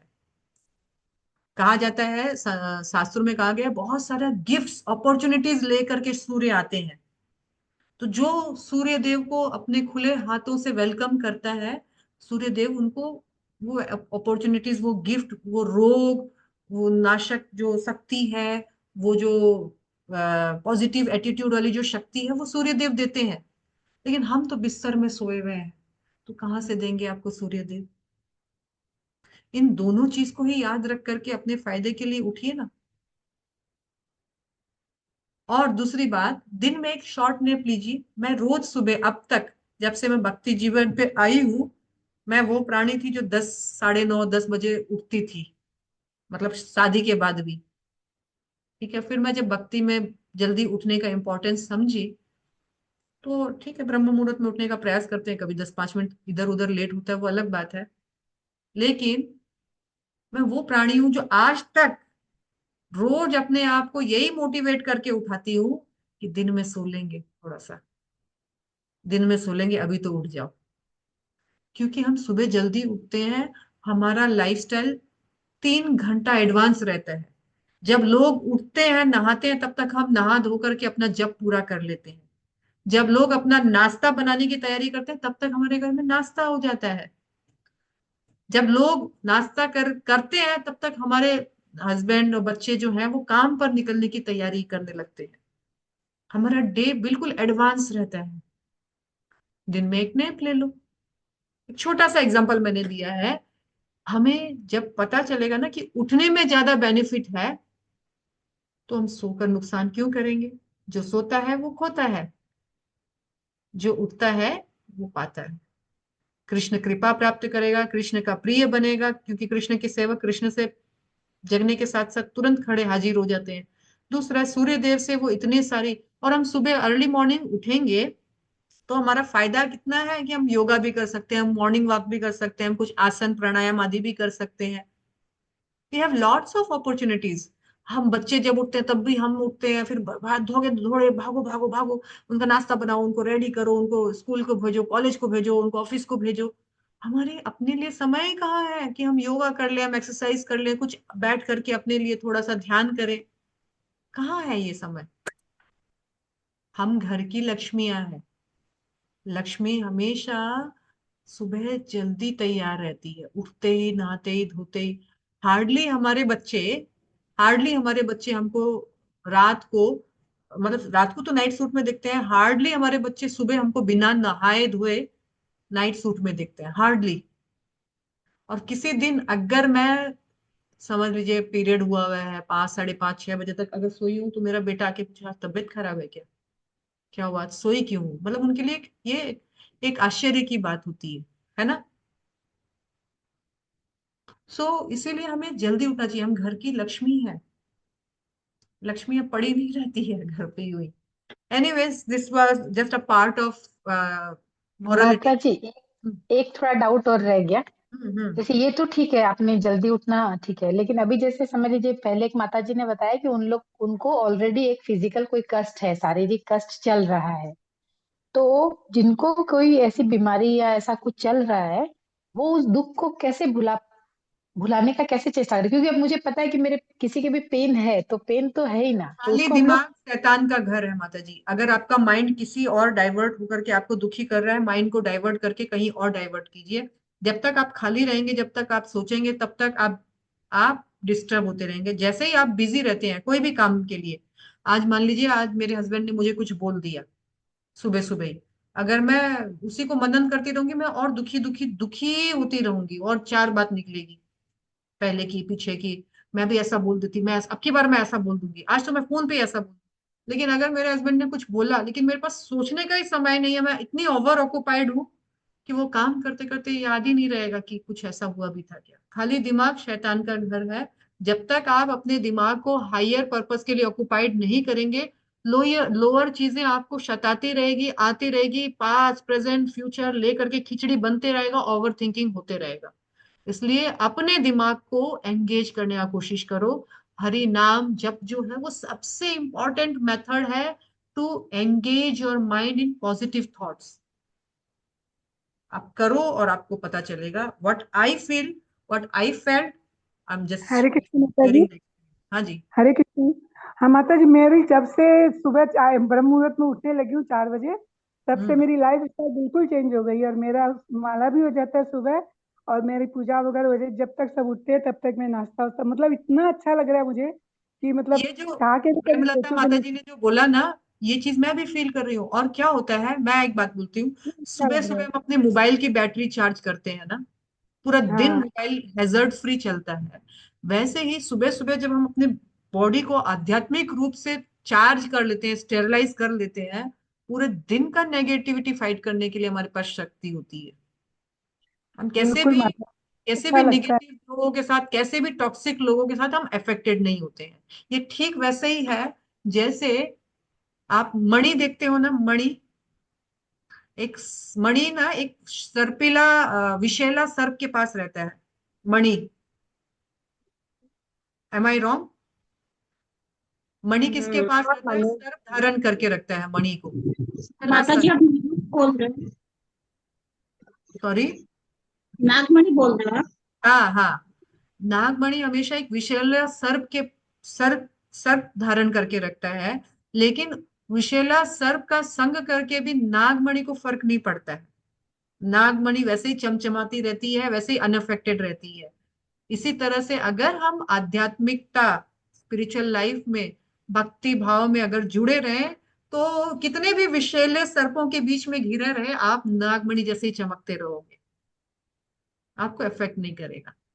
और जहां तक मैं अभी एक माता जी थी जिन्होंने बोला था उनको शारीरिक कष्ट बहुत होता है, वो कहाँ गई पता नहीं, यही था, अभी थी यही, है अभी भी शायद। आप शायद हो माता जी जिनसे अभी हमने 2 मिनट हाँ पहले बात की थी, कहाँ हो? हाँ, मैं यहाँ स्नेहल, यस। हाँ जी, स्नेहल माता जी, पता अचानक से आपका वीडियो नहीं दिख रहा मुझे। स्नेहल माता जी, अगर आपको रियल में बहुत सारा शारीरिक मानसिक या जो भी व्याधि है, अगर आपको लगता है कि मेरी बात माननी चाहिए, तो आप थोड़ा सा सुबह जल्दी उठ करके आपने थोड़ा सा आध्यात्मिक, जैसे हमने हरे कृष्ण महामंत्र जो बोला, एक माला ही कीजिए। अगर ज्यादा में मन नहीं लगता, एक माला आंख बंद करके दिमाग, मैम, मैं 8 8 माला करती थी, थी देखिए। ना, क्यों छोड़ दिया? थी, पर वो बीच बीच में ब्रेक आ जाता है। नहीं, आप एटलीस्ट एक ही करो। और मैं आपको बोलती हूँ, ब्रेक आप आने का रीजन ये, कभी डॉक्टर के जाना, कभी परेशानी आ रही है, कभी बीमार हो गए, सुबह सुबह मतलब। तो हम किसी डॉक्टर के पास नहीं जाते हैं। सुबह हम्म, सुबह ना कोई मेड का चक्कर होता है, ना कोई, सब बिस्तर में पड़े रहते हैं, सोए रहते हैं, आप और आपकी जीवन। मैं सुबह की बात कर रही हूँ। और मैं दूसरी सुबह जल्दी जल्दी दूसरी भी बात, उठती थी माता जी, अभी लाइफस्टाइल एकदम बदल गई, एकदम आप खराब हो मुझसे गई। पर्सनली मेरे फोन पे बात कीजिएगा। आपको सिर्फ, आपके अंदर कोई कमी नहीं है, सिर्फ आपके अंदर थोड़ा सा पॉजिटिविटी पॉजिटिविटी का पंप भरना है, जो कि हम भर देंगे, ठीक है। लेकिन अभी आपको क्या करना है माता जी, सुबह सुबह कोई एक योगा टीचर रखिए, थोड़े दिन के लिए, एटलीस्ट एक मंथ के लिए, 1.5 महीने के लिए योगा टीचर रखिए। आप देखिए आधा आपका शारीरिक कष्ट यूं ही भाग जाएगा। डॉक्टर के पैसा ही नहीं देना पड़ेगा, दवाइयां खानी ही नहीं पड़ेगी, मैं गारंटी देती हूँ। बात करूंगी मैं आपसे। हाँ हाँ प्लीज मैं तो बात। फिर मिली भी मेरे भी हूँ कोई आपसे सवाल नहीं। माता जी। मैं आई हाँ थी ना लास्ट, जब मैं आपसे मिली भी थी गुवाहाटी। हाँ अभी हाँ। तो खैर काफी टाइम हो गया आपसे मिले हुए। अच्छा, स्नेहल जी आए थे? हाँ आई थी ना, आंचल ममता इनके साथ आई थी मैं। अच्छा, ममता, चल, हाँ। शायद हमारी बात कुछ खास नहीं हुई। धनु का कॉम्प्लेक्स में आई थी ओ यस यस, किसी के घर में उस प्रोग्राम वक्त। में आए थे, हाँ हाँ। हाँ प्रोग्राम में आई थी मैं, और वीडियो भी बंद इसलिए रखते हैं ना कि भाई मतलब ऐसे ही रहती हूँ। नहीं कोई तो बात नहीं है, आप लोग ना, आप मुझसे पर्सनली बात कीजिएगा, मैं इंटरेस्टेड हूँ आपसे बात करने में, ठीक है। Surely I talk. Okay, thank you so much. माता नाउ जी विल मेरे भी गो दो फॉर सवाल हैं। लास्ट, कुछ 10 मिनट बाद में लास्ट पार्ट ऑफ द, जो भागवत हमारा गीता थर्ड को चैप्टर लेके है बस। बोलिए, बोलिए मैं पूछ रही थी क्या माता जी कि भागवत गीता में मैं कल आज से स्टार्ट की हूँ पढ़ना, तो संस्कृत श्लोक आता नहीं है मुझे पढ़ने, तो गलत सलत अगर पढ़ूं तो कोई दिक्कत तो कोई नहीं होगी? प्रॉब्लम नहीं है। और अगर संस्कृत नहीं आता है तो आप देखिए यहाँ पे स्क्रीन पे श्लोक दिख रहा है आपको, ये श्लोक हाँ। जो है ऊपर संस्कृत है, इसका हर एक का शब्दार्थ नीचे है, देखिए ऊपर न, नैव है, नैव तस्य कृते कृतेनार्थो, यहाँ पर देखिए न एव तस्य कृतेन अर्थ, ये आ गया। आप तोड़ तोड़ के, ये जो काला मोटा अक्षर है ना, इसको तोड़ तोड़ के पढ़िए, आपका श्लोक का पहला लाइन आ गया। न अकृतेन कश्चन, यहाँ पर देखिए न अकृतेन यह कश्चन, न च अस्य सर्वभूतेषु, यहाँ पर देखिए न च अस्य सर्वभूतेषु कश्चित अर्थ व्यपाश्रया, कश्चित अर्थ व्यपाश्रया। आप सिर्फ इसको इसको भी पढ़ेंगे तो आप पढ़ना सीख जाएंगे। न एव तस्य कृतेन अर्थ, न कृतेन ह्य कश्चन, न च अस्य सर्वभूतेषु कश्चित अर्थ व्यपाश्रया। और इसको तोड़ने का, तोड़ तोड़ के पढ़ने का है जनरली, प्राय मोटा मोटी अनेक श्लोकों में ऐसा ही होता है, हर चार चार लाइन के बाद आप रुक जाइए। जैसे देखिए, एक, चार चार वर्ड, एक, दो, तीन, चार, नैव तस्य कृते कृतेनार्थो, चार के बाद रुक गए, न कृतेन एह कश्चन, फिर चार आ गया, न चस्य सर्वभूतेषु, चार आ गया, एक दो तीन चार, फिर लास्ट का चार, कश्चित अर्थ व्यपाश्रय। तो ऐसे करके करके धीरे धीरे आप सीख जाओगे, प्रयास कीजिए। अगर हम गलत भी पढ़ते हैं तो कोई दोष नहीं है, पढ़ते पढ़ते ही हम सीखेंगे, ठीक है ना। क्योंकि जब हम संस्कृत भी पढ़ना सीखते हैं तो हम बहुत गलतियों के बाद ही पढ़ना सीखते हैं। प्रयास में डरिए मत। नेक्स्ट श्लोक आप भगवान बोल रहे हैं, स्वरूप सिद्ध व्यक्ति के लिए ना तो अपने नियत कर्म को करने की आवश्यकता रह जाती है, ना ऐसे कर्म को का ना करने का कोई जरूरत रहता है, इसलिए उसे किसी अन्य जीव पर निर्भर रहने की आवश्यकता नहीं है। जब हम आत्म साक्षात्कार, चीजों को सही रूप में, अपने संबंध, भगवान के संबंध, मैं कौन हूं, इन चीजों को समझ जाएंगे, ना तो कुछ कोई कर्तव्य हमारे लिए रह जाता है करने के लिए, ना ही छोड़ने की कोई बात है। हम बिल्कुल न्यूट्रल भाव से उसको as a matter of duty आराम से कर सकते हैं। इसीलिए भगवान बोल रहे हैं 19वें नंबर श्लोका में, अतः इसीलिए कर्म फल में आसक्त हुए बिना मनुष्य को अपना कर्तव्य समझकर निरंतर कर्म करते रहना चाहिए। हमें हमारा ड्यूटी समझकर कर्तव्य का पालन करना चाहिए। तीन चीज हमें नहीं करना चाहिए। हमें ड्यूटी तो करना है, पर तीन चीज नहीं करना है। वो है, उससे आसक्ति नहीं रखना है, अटैचमेंट, एक्सपेक्टेशन नहीं रखना है। उस हम जो भी कर्म कर रहे हैं उससे हमको प्रतिफल कुछ नहीं चाहिए, और हम उससे अटैच भी नहीं रहेंगे कि मैंने किया ये मेरा ही काम है, मैं आपसे मैं ही करूंगी, मैं कितना अच्छा करती हूँ। ये नहीं है। हमको एक्सपेक्टेशन, किसी से वाहवाही हम जस के लिए नहीं कर रहे हैं, अटैचमेंट एक्सपेक्टेशन भी नहीं करना है कि हम आ, सब हमारी तारीफ करता, कोई तारीफ ही नहीं किया। और एप्रिशिएशन, किसी से वाहवाही लूटने के लिए नहीं कर रहे हैं। हम क्यों कर रहे हैं? यहाँ पर भगवान ने बताया है, कर्म फल में आसक्त हुए बिना, रिजल्ट का आसक्ति नहीं रखना है। मनुष्य को अपना कर्तव्य समझकर निरंतर कर्म करना चाहिए। अपने सास की सेवा, अपने ससुर की सेवा, वो बदमाश होंगे, अपने अपनी जगह है। मैं अपना कर्म अपने ड्यूटी समझ के करूंगी। हर व्यक्ति यहाँ अपना अपना कर्म फल बांध रहा है। कोई बांध रहा है, उसको बांधने दीजिए। आप हल्के होने के लिए कर्म कीजिए। अपना कर्तव्य समझकर निरंतर कर्म करते रहना चाहिए, क्योंकि अनासक्त होकर कर्म करने से उसे भगवान की प्रसन्नता प्राप्ति होगी, भगवत धाम प्राप्त होगा।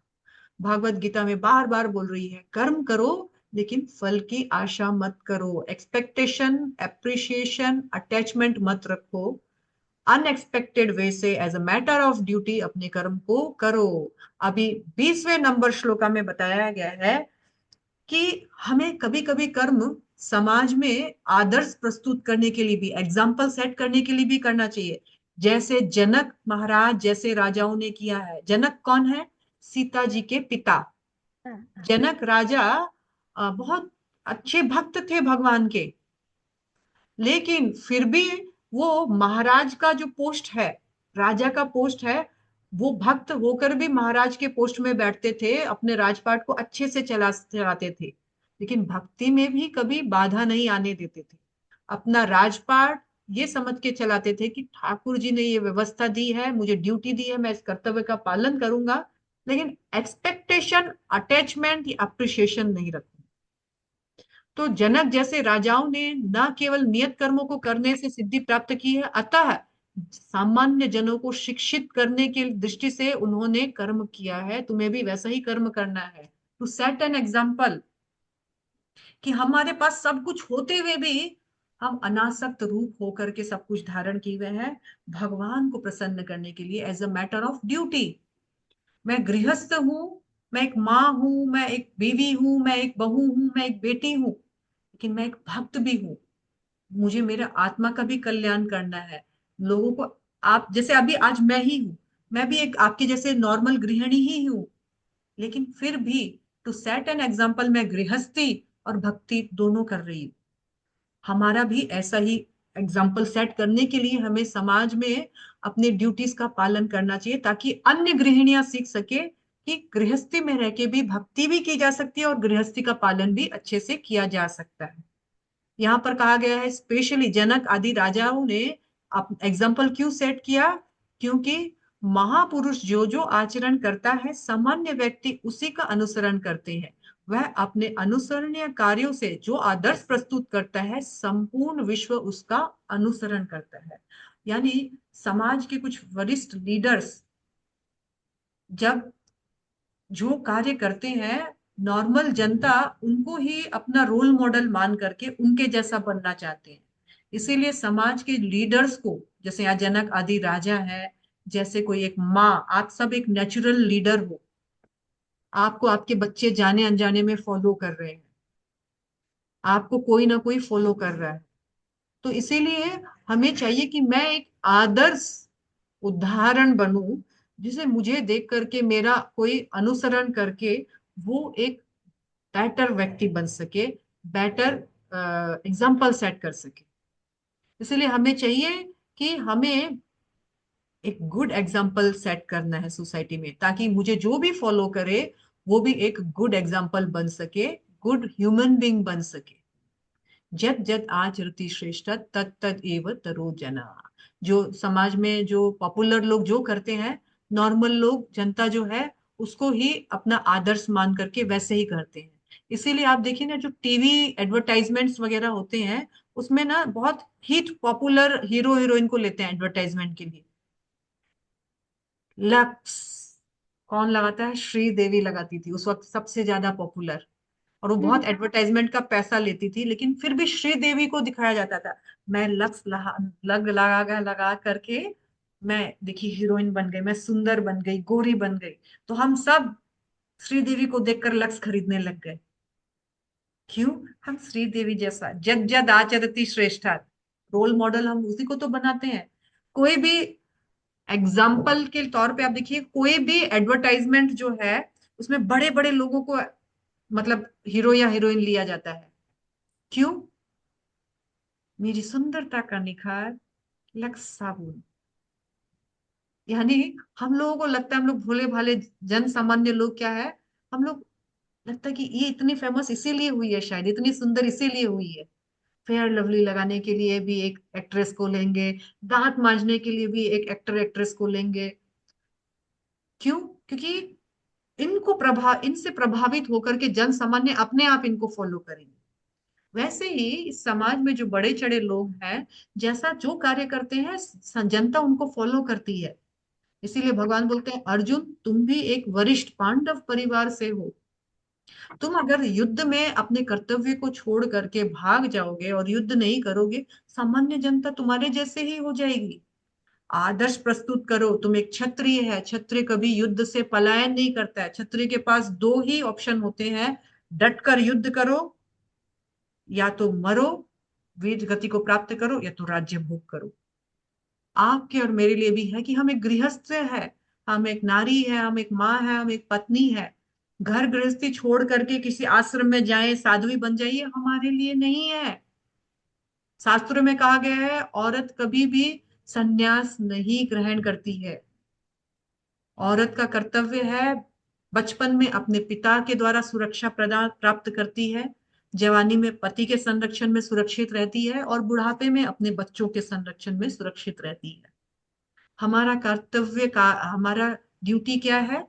घर गृहस्थी में रहते हुए, सब कुछ देखते हुए अपनी आत्मा का उद्धार करके यहाँ से संसार से निकल जाना है। ये हमारा कर्तव्य है। तो अभी हम जब घर गृहस्थी देखते हैं तो हमें क्यों एक्सपेक्टेशन होना चाहिए मेरी सास मुझे समझे, मेरी बहू मुझे समझे, मेरा पति मुझे समझे, मेरा बेटा मुझे समझे? ये तो मैटर ऑफ ड्यूटी है। भगवान ने कुछ जीव आत्माओं को विशेष रूप से मुझे सौंपा है। अपना अपना कार्य करो और यहाँ से निकल जाओ, निकल जाओ। आपको कोई तारीफ करे, अप्रिशिएट करे, ये उनके अंदर गुण ही नहीं है, तो वो कहाँ से अप्रिशिएट करेंगे? कोई उदार एप्रिसिएशन जो है ना, वो एक उदार हृदय का सिम्टम होता है, लक्षण होता है। किसी का, किसी के अंदर कमी देखना बहुत आसान है, लेकिन किसी की कमियों को नजरअंदाज करके उसमें एक गुण देखना, ये उदार हृदय का कारण होता है। अब सबके पास ऐसा उदार हृदय नहीं है, तो आप क्या कर सकते हैं? अपना ड्यूटी करो और भगवान का भजन करो और यहाँ से निकलने की तैयारी करो। ज्यादा वो अच्छे होते तो ज्यादा उनके अंदर मन रमता, उनके अंदर ज्यादा मन रमता तो ठाकुर जी में मन नहीं लगता। तो ये ठाकुर जी की व्यवस्था है कि मन मेरे में रमे, ताकि तुम यहाँ से निकलने की तैयारी करो। तो इसे भगवान की कृपा समझनी चाहिए कि भगवान तुमने बेस्ट अरेंजमेंट किया है। ज्यादा अगर रम जाती तो मोहित हो जाती इनमें, और मोहित हो जाती तो पड़ी रह जाती, बार बार आना पड़ता। तो ठाकुर जी मुझे विरक्त करने के लिए आपने घर में ही व्यवस्था कर दी कि संसार से निकलना है, भगवान कुछ तैयारी कर दो, और संसार से निकलने का तैयारी है। हरे कृष्ण कृष्ण कृष्ण हरे हरे, हरे राम राम राम हरे हरे।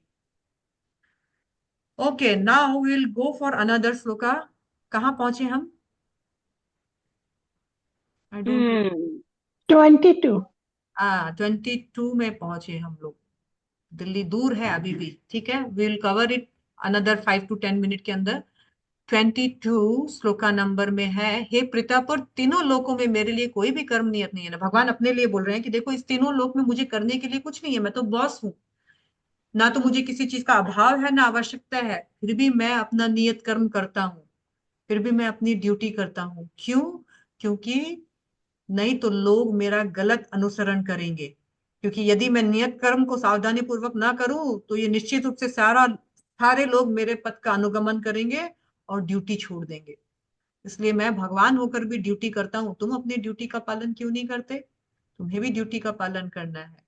यदि मैं नियत कर्म ना करूं तो सारे लोग नष्ट हो जाए, तब मैं आवांछित जन समुदाय वर्ण संकर को उत्पन्न करूंगा और धर्म का कारण बन जाऊंगा। और इस तरह संपूर्ण प्राणियों की शांति का विनाशक हो जाऊंगा। इसलिए धर्म के पालन के लिए, धर्म की रक्षा के लिए मैं भी अपना कर्तव्य करता हूँ। यद्यपि मैं मालिक हूँ, मुझे करने की आवश्यकता नहीं है, फिर भी मैं करता हूँ ताकि लोग मुझे गलत रूप से एग्जाम्पल ना लें और मेरा अनुसरण करके वो भी अपने अपने कर्तव्यों का पालन करें। जिस प्रकार अज्ञानी जन फल की आसक्ति से कार्य करते हैं, उसी तरह विद्वान जनों को चाहिए कि वो लोगों को उचित पथ पर लाने के लिए अनासक्त रहकर कार्य करें। ये भगवान हमारे लिए इंस्ट्रक्शन दे रहे हैं कि लोग, बेवकूफ लोग, लोगों का वाहवाही लूटने के लिए कार्य करते हैं, लेकिन जो बुद्धिमान व्यक्ति होते हैं वो एक उदाहरण प्रस्तुत करने के लिए अनासक्त रहकर अपनी ड्यूटी करते रहते हैं। मुझे किसी से कुछ नहीं चाहिए, मुझे सिर्फ अपने ठाकुर जी और अपने गुरु की नजर में सही रहना है। इसलिए व्यक्ति अपना कर्तव्य का पालन करता है कि मेरा गुरु जानता है, मेरा कृष्ण जानता है, मुझे संसार की सस्ती वाहवाही या तारीफ सुन करके कोई मुझे फुला दे, बढ़ा बढ़ा दे, चला दे, इसलिए मैं कार्य थोड़ी करती हूँ। मैं तो भगवान को प्रसन्न के लिए कार्य करती हूँ। विद्वान व्यक्ति को चाहिए कि वह सकाम कर्मों में आसक्त अज्ञानी पुरुष को कर्म करने से रोके नहीं, ताकि उनके मन विचलित ना हो, अपितु भक्ति भाव से कर्म करते हुए उन्हें सभी प्रकार के कार्यों में लगाएं जिससे कृष्ण भावनामृत का क्रमिश विकास हो। अगर कोई व्यक्ति बहुत देवी देवताओं की पूजा में लगा है तो भक्त को, बुद्धिमान व्यक्ति को चाहिए कि वो उसको डिस्टर्ब नहीं करे, अरे तुम ये क्या कर रहे हो, तुम भक्ति करो, तुम कहाँ ये कर्म बंधन में फंस गए। उसे चाहिए कि धीरे धीरे उस व्यक्ति का स्तर ऊंचा करे और उसे सकाम कर्म से शुद्ध भक्ति की ओर लेकर जाए, जिससे वो भक्ति करके इस संसार से बाहर निकल जाए। यानी ये भक्तों के लिए इंस्ट्रक्शन है कि देवी देवताओं के पूजक को कभी भी देवी देवताओं के पूजक को डिस्टर्ब नहीं करना चाहिए, उसको धीरे धीरे समझा करके उसको ऊपर बढ़ाना चाहिए। 27वां नंबर श्लोक का बहुत इंपॉर्टेंट है। प्रकृति क्रियामणानि गुणे कर्मणि सर्वशः अहंकार विमूढ़ आत्मा कर्तारमिति मन्यते। जीव आत्मा अहंकार के प्रभाव से मोहग्रस्त होकर अपने आप को समस्त कर्मों का कर्ता मान बैठता है, जबकि वास्तव में वे प्रकृति के 3 गुणों के द्वारा संपन्न किए जाते हैं। ये श्लोक इतना इंपॉर्टेंट है, भगवान आगे हमें बता रहे हैं कि देखो, आपको वो स्लाइड दिख रहा है क्या? पीपीटी दिख रहा है? नहीं माता जी। हाँ, दिख रहा है, ये श्लोका दिख रहा है माता जी, हाँ, अर्थ श्लोक दिख दिख रहा रहा है लेकिन पीपीटी नहीं दिख रहा है ना, मैं पीपीटी है। निकालती हूँ। नहीं, ये जो श्लोका है ये बोल रहे हैं कि मूर्ख व्यक्ति जो है वो अपने आप को सोचता है कि मैं संसार में सब कुछ करने वाला हूँ, मैं नहीं रहूंगा तो क्या होगा, ये सब लोग भूखे मर जाएंगे। लेकिन ये भगवान ने उनको 2 टाइटल दी है। आप लोग बताइएगा क्या टाइटल दी है। मैं श्लोका फिर से पढ़ती हूँ और आप लोग फिर बताइएगा। अहंकार विमूढ़ आत्मा कर्ता अहमिति मन्यते। भगवान ने क्या कहा है? श्लोका नंबर 27 में, प्रकृति क्रियामणानि, ये एक्चुअली ये जो सारा फंक्शन जो है प्रकृति के 3 गुण करते हैं। यहाँ पे एक देखिए, फोटो देख रहे हैं आप, कृष्ण है, सिंपली बांसुरी बजाकर आनंद में रह रहे हैं। 3 देवियां हैं, सतोगुण, रजोगुण, तमोगुण। ये कठपुतली के जैसे डोर बांध के रखी है हर जीव को, अपनी सतोगुण रजोगुण वाली जो डोरियां हैं उससे बांध के रखी है और जीवों को विवश करती है कर्म करने के लिए। सभी जीव विवश होकर कर्म कर रहे हैं, लेकिन अहंकार विमूढ़ आत्मा, अहंकार विमूढ़ आत्मा, मूर्ख आत्मा अपने आप को अहंकारवश सोचता है। कर्ता अहम इति मन्यते, अरे मैं ही करने वाला हूँ, मैं नहीं कमाऊंगा तो तुम सब भूखे मर जाओगे, मैं नहीं पकाऊंगी तो तुम सब भूखे मर जाओगे। अगर ऐसा होता तो अब भी एक बच्चे ने जन्म लिया, अभी उसकी माता का देहांत हो गया, वो बच्चा मर जाना चाहिए था, पलता नहीं। नहीं नहीं, हम कोई नहीं होते हैं। भौतिक जो संसारी लोग होते हैं वो सोचते हैं कि मैं करने वाला हूँ और सारा क्रेडिट खुद के ऊपर ले लेता है, जबकि वो भूल जाता है कि प्रकृति के 3 गुण करा रहे हैं। जो भक्त होते हैं वो जानते हैं कि सब कुछ प्रकृति के 3 गुणों के अंतर्गत हो रहा है, मैं कुछ नहीं हूं, मैं तो इसके हाथों का कठपुतली हूँ, जाहे विधि राखे राम ताहे विधि रहिए। वो जानता है कि मैं करने वाला नहीं, मुझसे तो कराया जा रहा है, इसीलिए वो अपने आप को कर्ता नहीं मानता है। 28वें नंबर श्लोका में भगवान बता रहे हैं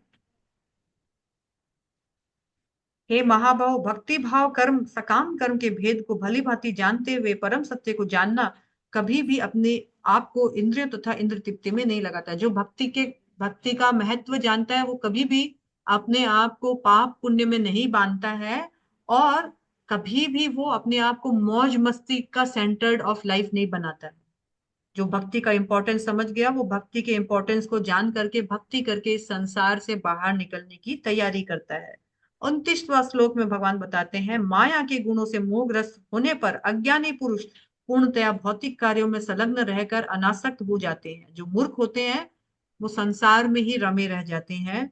यद्यपि कि उनके कार्य ज्ञान भाव के कारण अधम होते हैं, किंतु ज्ञानी को चाहिए कि उन्हें विचलित ना करें। ज्ञानी को चाहिए कि उन्हें धीरे धीरे समझा बुझा करके ऊपर लाना है और पाप पुण्य से ऊपर उठा करके भक्ति में खड़ा करना है। उन्हें विचलित नहीं करना, नहीं तो वो नास्तिक हो जाएंगे। तो उन्हें करना है, ठीक है तुम देवी देवताओं की पूजा करते हो, एक काम करो, एक माला स्टार्ट करो, एक काम करो ठाकुर जी को भोग लगा के खाओ। धीरे धीरे स्टेप बाय स्टेप उनको भक्ति में आगे लाना है, नहीं तो वो नास्तिक हो जाएंगे।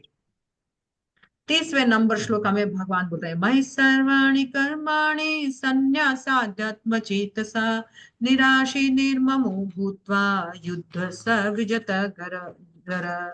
भगवान इस श्लोक में बता रहे हैं, देखो मयि सर्वाणि कर्माणि, सारे कर्मों को मुझ पर समर्पण कर दो, surrender all your work unto me, संन्यास आध्यात्म चेतसा।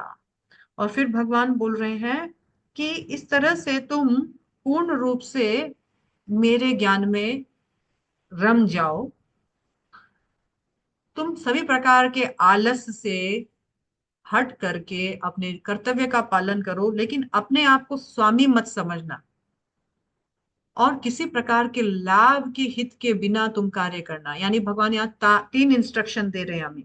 देखो तुम सभी सभी चीज मुझे समर्पण करते हुए करो, लेकिन आलस्य का त्याग करो, स्वामित्व भाव का त्याग करो, और जो लाभ है ना, निर्ममो, मैं और मेरा लाभ छोड़ दो, लाभ छोड़ करके सिर्फ और सिर्फ मेरे लिए कार्य करो। 31 और 32 श्लोक में भगवान बता रहे हैं, जो व्यक्ति मेरे आदेशों के अनुसार अपना कर्तव्य करते हैं वो इच्छा रहित होकर इस उपदेश को श्रद्धा पूर्वक पालन करते हैं और इस संसार के सारे कर्म बंधनों से मुक्त हो जाते हैं।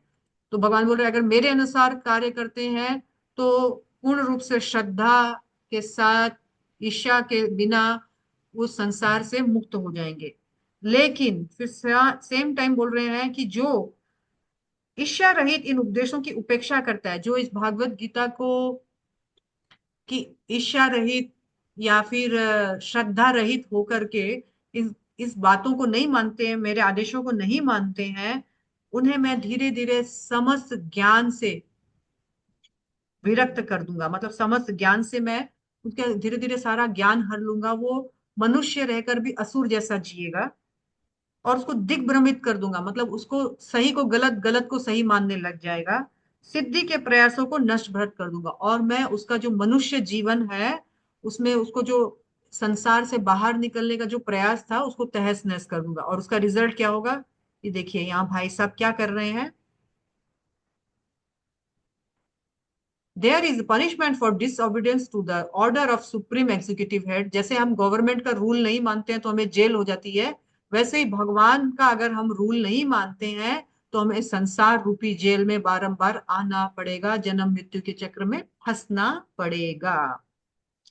अंतिम कुछ श्लोक में भगवान बता रहे हैं कि ज्ञानी पुरुष को चाहिए कि अपने स्वभाव के अनुसार कार्य करे और उस स्वभाव को भक्ति में लगा दे। यानी किसी को अगर खाना बनाना पसंद है तो ठाकुर जी के लिए बनाएं, किसी को अगर गाना पसंद है तो ठाकुर जी के लिए गाएं, किसी को अगर आ, मतलब बिजनेस करना पसंद है तो ठाकुर जी की सेवा के लिए करें। अपने स्वभाव के अनुसार अपना कार्य करें, और इस प्रकार वो धीरे धीरे समस्त प्रकार के अटैचमेंट और जो भी द्वेष है उससे मुक्त हो जाएंगे और आत्म साक्षात्कार में आगे बढ़ पाएंगे। 35 नंबर श्लोक में बताया है भगवान ने कि अपने नियत पूर्ण कर्मों को दोषपूर्ण भी अगर करते हैं, मान लीजिए मैं बहुत एक्सपर्ट नहीं हूं लेकिन मैं भगवान की प्रसन्नता के लिए उस कार्य को कर रही हूँ, गलतियां भी हो रही है, लेकिन वो कार्य को छोड़ देने की अपेक्षा या दूसरे के कार्यों की कॉपी करने की अपेक्षा वो बेस्ट है। मान लीजिए मैं ठाकुर जी की प्रसन्नता के लिए सड़क पे झाड़ू मार रही हूँ, क्योंकि मेरा काम है झाड़ू मार के साफ सफाई करना। लेकिन मैं अगर झाड़ू मारने का काम छोड़कर सोचूंगी मैं ब्राह्मण बन जाऊं और पूजा पाठ करूं, तो भगवान बोल रहे हैं नहीं, जो तुम्हारी प्रवृत्ति है उसको करो, मेरे लिए करो। भले उसमें गलतियां करो, लेकिन मेरे लिए मेरा सोच कर करो, तो तुम उसी कार्य को करते करते मुक्त हो जाओगे। तुमके पुजारी बनने से ही तुम मुक्त हो जाओगे जरूरी नहीं है। 36 नंबर श्लोका में अर्जुन प्रश्न कर रहे हैं भगवान से। अर्जुन प्रश्न कर रहे हैं, बहुत इंपॉर्टेंट प्रश्न है। अर्जुन क्या बोल रहे हैं? हे वृष्णि, अरे कोई आया देखो, अंजल घुमा, मीना। हे वृष्णिवंशी, मनुष्य न चाहते हुए भी पाप कर्मों के लिए क्यों प्रेरित होता है? ऐसा लगता है उसे बलपूर्वक उसमें कोई लगाया जाता है। 36 नंबर श्लोका में अर्जुन का एक प्रश्न है, भगवान मनुष्य सब जानते हुए पाप क्यों करता है? कौन उसको प्रेरणा देता है पाप करने के लिए? वो जानता है पाप करना बेकार का काम है, नहीं करना चाहिए, फिर भी वो पाप क्यों करता है? हमारे मन में भी प्रश्न आता है ना, कि लोग पाप क्यों करते हैं? अगर पाप जानते हैं कि पाप से कष्ट होता है, तो क्यों करते हैं? यही बात अर्जुन ने भी पूछी। और अर्जुन को भगवान 27वें नंबर श्लोका में बोल रहे हैं, सॉरी 37वें नंबर श्लोका में बोल रहे हैं, बहुत इंपॉर्टेंट है। श्री भगवान वाच कामेश क्रोधेश रजोगुण समुद्भव महाशनो महापाप्मा विद्धिरेनम इह वेरिणाम। श्री भगवान ने कहा, हे अर्जुन, इसका कारण रजोगुण के संपर्क से उत्पन्न काम है। काम मतलब कामनाएं, हमारी इच्छाएं मेन प्रॉब्लम है। और ये इच्छाएं क्यों आती है? क्योंकि हम रजोगुण में कुछ करना है, कुछ दिखाना है, कुछ बनना है, लोगों को प्रूफ करना है। इन इच्छाओं के बाद क्रोध का रूप धारण करता है, जो इस संसार में सर्वभक्षी शत्रु के समान है। ये क्रोध हमारा सबसे बड़ा दुश्मन है, जो हमारा सब कुछ खत्म कर देता है। एक आदमी क्रोध में आकर किसी का मर्डर कर देता है, एक आदमी क्रोध में आकर के सुसाइड कर लेता है, एक आदमी क्रोध में आकर के किसी को मारता है, पीटता है, गालियां देता है।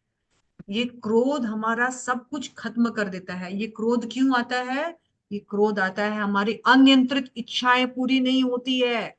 और अनियंत्रित इच्छाएं क्यों होती है? क्योंकि हम रजोगुण में हैं, हम सतोगुण में नहीं है। हम हमारा प्रॉब्लम ये है, हम करने के बाद पछताते हैं, करने से पहले नहीं सोचते हैं। क्योंकि करने से पहले सोचने के लिए दिमाग स्टेबल होना पड़ेगा, सतोगुण में होना पड़ेगा। पहले हम पेशेंट में आकर कर लेते हैं, फिर हम लोग अफसोस करते हैं, सही गलत का निर्णय करते हैं। तो भगवान बोल रहे हैं, और उसके कारण हम क्रोध करते हैं, और क्रोध के कारण हम ना चाहते हुए भी पाप करते हैं। तो आंसर में भगवान हमें बता रहे हैं, ये क्रोध जो है किस तरह से हमारा हमारी चेतना में रहता है। तो 3 प्रकार से क्रोध हमारी चेतना में रहता है। वो कैसे रहता है? तो स्लाइड में हम देखेंगे, जैसे अग्नि धुएं के द्वारा कभी कभी कवर्ड हो जाती है, धुआं उड़ता है लेकिन आग नहीं दिखती है। जैसे एक आईना धूल के द्वारा ढक लिया जाता है, जैसे एक गर्भाशय, एक बच्चा गर्भाशय में ढक जाता है, दिखता नहीं है, उसी तरह हमारा जो इच्छा है, लस्ट जो है, वो ढका सुप्त अवस्था में रहता है। हर आदमी के अंदर अनकंट्रोल डिजायर्स होते हैं। ये डिजायर्स की अलग अलग कैटेगरी है। कुछ डिजायर्स जो है बहुत सुप्त रूप में होते हैं, समझ में खुद को ही समझ में नहीं आती कि ये मेरी इच्छा है। जैसे एक बच्चा, सबको पता है कि इसके पेट के अंदर बच्चा है, लेकिन वो बच्चा इतना मोटा स्किन से ढका हुआ रहता है, दिखता ही नहीं है। लेकिन कुछ उस प्रकार का इच्छा होता है, जैसे दर्पण में धूल, फूंक मारा, थोड़ा सा कपड़ा मारा, ठीक हो गया। कुछ कुछ इच्छाएं ऐसी हैं जो हमको समझ में आती है। जैसे आग धुआं से ढकता है, तो धुएं को कोई थोड़ा सा हटाता है तो आग दिखने लग जाता है। तो ये हमारी जो इच्छाएं हैं, इसका अलग अलग प्रकार का रूप है। 39 नंबर श्लोका में बताया गया है, इस प्रकार ज्ञान में जीवात्मा की शुद्ध चेतना उसके काम रूपी शत्रु से ढकी रहती है। ये इच्छाएं हमारी सबसे बड़ी शत्रु है। और ये इच्छाएं क्या है? ये कभी तुष्ट नहीं होने वाली वो आग है जिसमें जितना घी डालो उतना बढ़ेगा। ये जो हमारा अनकंट्रोल्ड इच्छाएं है ना, इसको बस में करना बहुत जरूरी है। यानी हमें रजोगुण से सतोगुण में आना बहुत जरूरी है। और इन इच्छाओं का घर कहाँ है? तो बता रहे हैं, देखिए, ये जो इच्छाएं हैं, ये लस्ट, कामनाएं, इनका सिटिंग प्लेस कहाँ है? माइंड, मन, बुद्धि। और ये दो चीज हमारा जो है इच्छाओं का, आ, दो नहीं तीन है, इंद्रियां, मन और बुद्धि, ये हमारी इच्छाओं का संग्रहालय है। हमारी इच्छाएं ये तीन जगह से काम करती है। कुछ देखकर इच्छा करते हैं, कुछ सुन के इच्छा करते हैं, कुछ बोल कर इच्छा करते हैं, कुछ टच करके, स्किन, किसी का सॉफ्ट स्किन है, एक लड़का एक लड़की को स्पर्श करके ही कुछ अनेक इच्छाओं को उत्पन्न कर लेता है। ओह, कितना सुंदर परफ्यूम है, उस परफ्यूम से ही हमारे अंदर कुछ इच्छा होने लगती है। माइंड में कुछ इच्छा होती है, बुद्धि में कुछ इच्छाएं होती है। तो इच्छाओं का घर कहाँ है? इंद्रियां, मन और बुद्धि, ये काम के निवास स्थान है। इनके द्वारा काम जीव आत्माओं के वास्तविक ज्ञान को ढक लेता है और मोहित करके रखता है। इसलिए हे भरतवंशी अर्जुन, प्रारंभ में ही इंद्रियों को वश में करना सीखो, जिससे तुम काम रूपी दम, जो इच्छा है, उसको दमन कर सको और ज्ञान तथा आत्म साक्षात्कार से इसका वध कर सको। नेक्स्ट लास्ट श्लोक ऑफ द डे, इसमें भगवान बोल रहे हैं, 43 है, लास्ट श्लोक नहीं है। कर्म इंद्रियां जड़ पदार्थ की अपेक्षा श्रेष्ठ है, मन इंद्रियों से बढ़कर है, बुद्धि मन से भी ऊंचा है और वह आत्मा बुद्धि से भी बढ़कर है। इसके लिए ये स्लाइड था, पर ये स्लाइड किसी कारण से अभी उल्टा हो रखा है। भगवान बोल रहे हैं कि देखो, इंद्रियां जो है मन से ऊपर है, सॉरी, मन जो है इंद्रियों से ऊपर है, मन से ऊपर बुद्धि है और बुद्धि के ऊपर आत्मा है। तुम आत्मा का कार्य करो। ये इंद्रियां जो है हमेशा रोज चेंज होती है, रोज भागती है। ये इंद्रियां मन के द्वारा कंट्रोल होती है। मन ये लगाम है, ये घोड़ा जो है ये इंद्रियां है। घोड़ा इंद्रियां है, ये जो लगाम है ये मन है। और मन बुद्धि के हाथ में होता है। अगर हमारी बुद्धि सही है, यानी सतोगुण में है, तो हमारे मन की अनियंत्रित इच्छाओं को रोक सकती है। लेकिन अगर हमारा बुद्धि सही नहीं है, रजोगुण में है, तो हम सब इस आत्मा का एक्सीडेंट कर देंगे, यात्रा को, इस आत्मा को गड्ढे में गिरा देंगे। क्योंकि ये जो जो रथ है, जो यात्रा है, इसको मेन कंट्रोल करने वाला बुद्धि था। जब बुद्धि ही भ्रष्ट हो जाएगी तो आत्मा का जर्नी जो है उसका पतन निश्चित रूप से होना ही होना है। इसीलिए अगर हम अपना आत्मा का दुर्गति नहीं करना चाहते हैं, सदगति करना चाहते हैं, तो बुद्धि के हाथ में मन रूपी लगाम है। और मन रूपी लगाम जो है इन इंद्रिय रूपी घोड़ों में जुता हुआ है। अगर हमारी बुद्धि सही होगी, कृष्ण भावनामृत में होगी, हम कैसे इस संसार से बाहर निकलना है, इसमें हमारी बुद्धि को निकाले लगाएंगे, तो हम इस आत्मा का उद्धार कर सकेंगे। अदरवाइज एक्सीडेंट अवश्य ही होना है।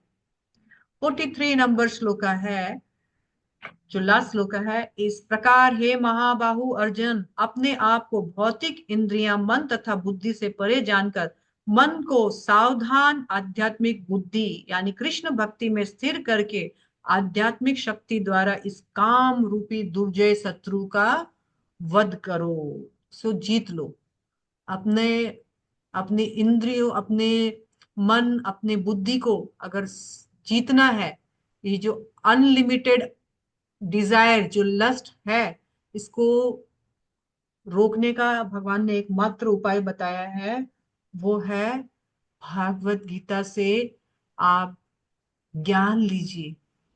इस ज्ञान से आप आध्यात्मिक उन्नति प्राप्त करेंगे।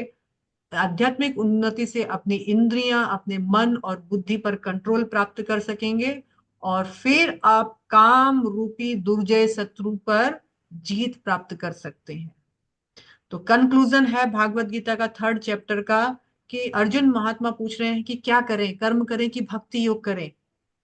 भगवान बोल रहे हैं कि हाँ हाँ, कर्म नहीं छोड़ना है कभी भी, अपने नियत कर्मों को बिल्कुल करना है, लेकिन उस कर्म को करते करते ग्रेजुअली भक्ति को डेवलप करो। जब कोई इस प्रकार इस पोजीशन में आ जाएगा तो उसका मन, उसकी बुद्धि, उसकी इंद्रियां, वो सब प्योर हो जाएगी, शुद्ध हो जाएगी। और वो इस प्रकार इस संसार में उसका जो सबसे ग्रेटेस्ट शत्रु जो है, यानी कामनाएं, अनिश्चित कामनाएं, उन सबको वो कंट्रोल कर सकेगा। और इस प्रकार से वो सेंस को कंट्रोल करके वो इस अपने आत्मा की जर्नी को सक्सेसफुली आगे चला सकेगा, नहीं तो उसकी आत्मा का दुर्गति होना ही। Thank you so much. शिल प्रभुपाद गुरु वरांग की जय। हरे कृष्णा। एक किसी सवाल हरे माता जी कृष्णा। सिर्फ, हरे क्योंकि कृष्ण। एक हफ्ता किस, वेट करना पड़ेगा मुझे फिर। किसी और का कुछ बोले, मुझे समझ में नहीं आया।